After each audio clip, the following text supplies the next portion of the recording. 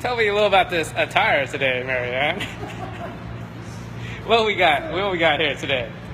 These are cool shorts for summer. They keep you nice and cool. Are those like strong women shorts? Is that? They're strong women shorts. Is this a new thing? Yeah, and then so you can do a lot of squats. It allows growth to muscles. And then these are solar powered workout shoes, and so when the sun hits, it gives you energy, just like that. And they're very green, solar powered. Yeah. Casual Fridays apparently here at the gym, folks. That's our coach Marianne right there. All right, just a little update for this week, and ready to rock and roll, folks. Come here a little bit quieter over here. All right, so a couple things. We got that makeup tomorrow for the traffic challenge.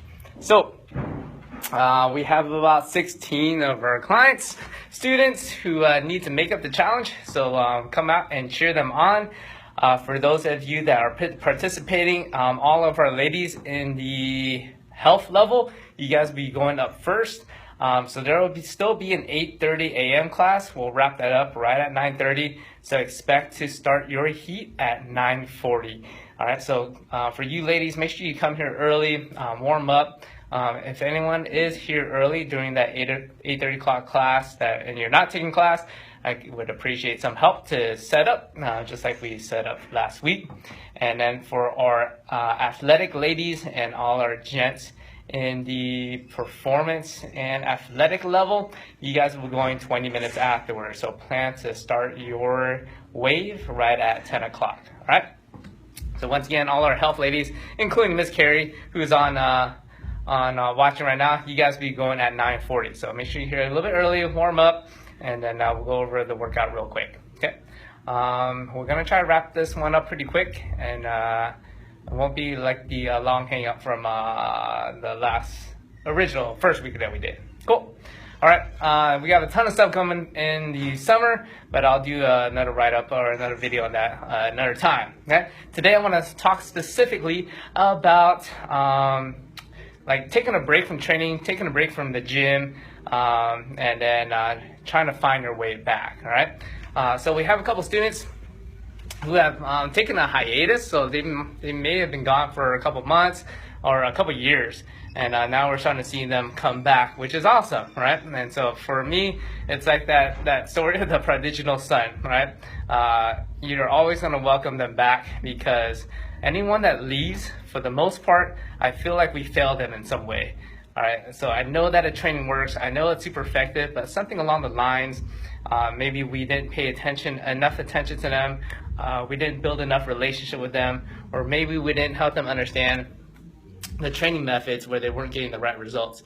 So when any person leaves, then I feel a personal responsibility that we failed them in some way, and then we want to try to make sure that we learn from that as much as possible, so that we can improve our service and improve our training, and make sure that we are heading towards our mission, towards sustainably changing people's lives for the better, which means training for life. So anyone that trains less than that lifetime, that is a problem for me that I want to solve, right? There are some people that leave and it's just not a good match, which is fine. But there's plenty of people that we feel like, oh man, we lost them, and we wish we could find a way to bring them back. But for the people that do, like sometimes like life gets in the way. People have kids, people move. I know that Oliver, he is living up in Palo Alto with his boo right now, and he makes it all the way down from Palo Alto to come in for training. So if he can't train as much as he used to, that could be part of the distance. It could be part of about to get engaged probably, but it's cool that he does make that long trek all the way down here, and I appreciate that, and I hope that it's the community that pulls people in that direction. But for a reason, it could be just a hard deal to get back into the gym. But when people do decide to come back, I know personally it's a scary thing. It takes a lot of courage to try to come back, because one, The moment you stop training, your fitness takes a dive, right? Fitness is a very perishable skill. It's one of those things that takes forever to build up, but as soon as you stop training, you lose all that skill, you lose all that capacity. Your body and you still remembers the movements, but your conditioning and strength are like, it's gonna reset. And so that could be a really discouraging thing for people to come back to. Even for myself, I had to take a break from jiu-jitsu for a little bit.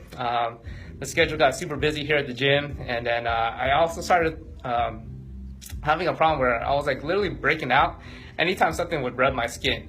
My immune system was freaking out, some kind of autoimmune kind of problem that I was dealing with. And in jiu-jitsu, there's a whole lot of rubbing in that gi. And so anytime I was having a big issue with that, I had to take a whole bunch of drugs and cocktails that the doctors prescribed, and thankfully it's finally gone. But it took me out of the gym for at least a month, and I was kind of scared coming back because jiu-jitsu is one of those things where if you don't roll regularly, it feels very awkward to the body, and I felt like I was going to start back from scratch again. But just like anything, your fears are always kind of bigger than what they are in reality. It's more built up in your head. And as soon as I came back for that first day, it felt awesome. Had a great session, and been consistent ever since, and it's been awesome. I'm super stoked to be back. But so I understand it's super scary, and it's okay. But the biggest part is just trying to take that first step. If you do want to come back, we definitely have different ways to help people return and get back into training and get back into the groups, right? So obviously we always do personal training. That's always an option. That's probably the most beneficial way of kind of returning into the fold, because our training is consistently changing. It's always evolving.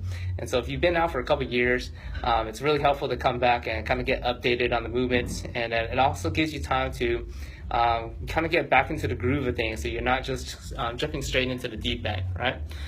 So for you guys that have that still remember the movements, it doesn't take as long as it would if we took a brand new person off the street and started them down this training path. And just know that it won't take you that long in personal training. I know it's a big commitment, resources and time wise, but we can definitely give you an idea of how long each of you might need before you're ready to kind of make your full transition back into classes, right? And then once you're in classes, right, there's different tiers, different packages, different kind of training levels you can come back to. So you don't have to jump straight into like going all out training 5 times a week, right? You can kind of ease into it and try to get back into the groove. And the main thing is just trying to get started again. That's the first big step. And then once you got that, you got some momentum rolling, and you'll be good after that. Okay, so if you're watching this and you've trained with us before and you're interested in coming back, just know that, right, we have no judgment or open arms. We're here to help, and we would love to see you back, and we would love to try to have the opportunity to help you again. Okay, so that's it for this week. Traffic Challenge makeup tomorrow. Even if you're not participating, come on by, support our folks. We'll start at 9:40. Most people should finish within an hour and a half, and we'll have a little bit of a hangout afterwards, and then we'll call it a day. And then everyone that participated, your names will go up onto our Traffic Challenge banner, which will get printed up, and we'll put it and hang it up onto the gym walls, and that'll be a cool kind of way to commemorate a fun experience. I pray that it's hot tomorrow, because that just levels up the difficulty of the challenge. And so it was pretty muggy this morning, and I hope it's going to be the same way for you guys. And just make sure you hydrate and get those salt tablets underneath you. All right, folks, thanks for following along with me, checking this out, and I'll see you next week. Have a good one.